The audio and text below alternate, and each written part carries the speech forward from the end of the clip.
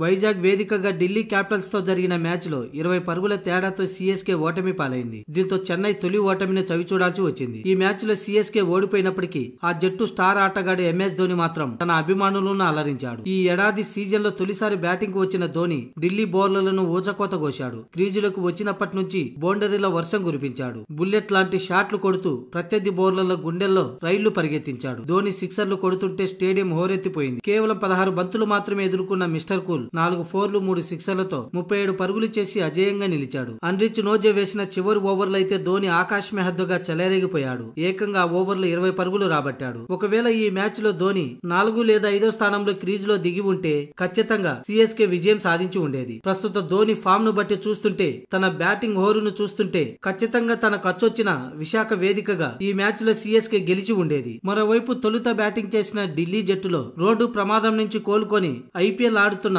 Delhi captain Rishabh Pant తొలిసారి half century నమోదు చేశాడు. ఈ మ్యాచ్ లో తన అద్భుత ఇన్నింగ్స్ కారణంగా ఢిల్లీ 191 పరుగులు చేసింది. ఇక సిఎస్కే జట్టు 5 వికెట్లు కోల్పోయి 171 పరుగులు చేసి 20 పరుగుల తేడాతో ఓటమి పాలైంది. ఇక మ్యాచ్ అనంతరం ఢిల్లీ కెప్టెన్ రిషబ్ పంత్ స్పందించాడు. ఈ మ్యాచ్ గెలవడం చాలా సంతోషంగా ఉంది. మేము మా తప్పుల నుండి నేర్చుకున్నాము. ఈ మ్యాచ్ ద్వారా పృథ్వీ షా ఎంట్రీ ఇవ్వటం తమకు కలిసి వచ్చిందని, ఆరంభంలో పృథ్వీ షా వార్నర్ అద్భుత స్టార్ట్ అందించారు. దాన్ని ముందుకు తీసుకెళ్లి స్కోర్ బోర్డుపై భారీ పరుగులు ఉంచానని రిషబ్ పంత్ పేర్కొన్నాడు. అటు మా బౌలర్లు అద్భుతంగా బౌలింగ్ చేశారు. అయితే నేను గత 2 మ్యాచ్ల్లో సరిగ్గా ఆడలేదు. అయితే 1.5 సంవత్సరం నేను పెద్దగా క్రికెట్ ఆడనందున మొదట్లో కొంత సమయం పట్టింది. ఇక ఇప్పుడు జట్టుకు ఎలాంటి ఇన్నింగ్స్ అవసరమో ఆడాను. టాప్ బ్యాట్స్మెన్ అంతా ఫామ్ లో ఉండడం, అలాగే బౌలర్లు సమిష్టి కృషితో ఈ మ్యాచ్ గెలిచామని రిషబ్ పంత్ పేర్కొన్నాడు. అయితే మేము ఈ మ్యాచ్ లో భారీ ఇన్నింగ్స్ తేడాతో గెలవాలని అనుకున్నాం. కానీ చివర్లో ఎంఎస్ ధోని మా నెట్ రన్ రేటును దెబ్బతీశాడు. ఆయన ఈ మ్యాచ్ లో చాలా అద్భుతంగా ఆడాడు. చివర్లో ఆయన బ్యాటింగ్ కు స్టన్ అయ్యాం. అయితే డెత్ ఓవర్లలో మా బౌలర్లు పొదుపుగా బౌలింగ్ చేయడంతోనే